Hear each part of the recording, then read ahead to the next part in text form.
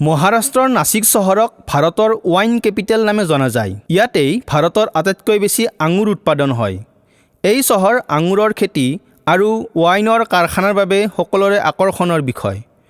ৱাইনৰ লগতে ইয়াত ভাৰতত আটাইতকৈ বেছি খিচমিচ উৎপাদন হয়। চোলা ভিনিয়াৰ্ডকে ধৰি ভাৰতৰ প্ৰধান ৱাইন প্ৰস্তুতকৰ্তা ইয়াতেই আছে। 1999 চনত ৰাজীৱ সামন্ত নামৰ ব্যক্তি এজনে ইয়াত চোলা ভিনিয়াৰ্ড নামৰ ৱাইন নিৰ্মাণ কাৰখানা প্ৰতিষ্ঠা কৰে। তেতিয়াৰ পৰাই নাছিকত এই উদ্যোগে প্ৰসাৰতা লাভ কৰে।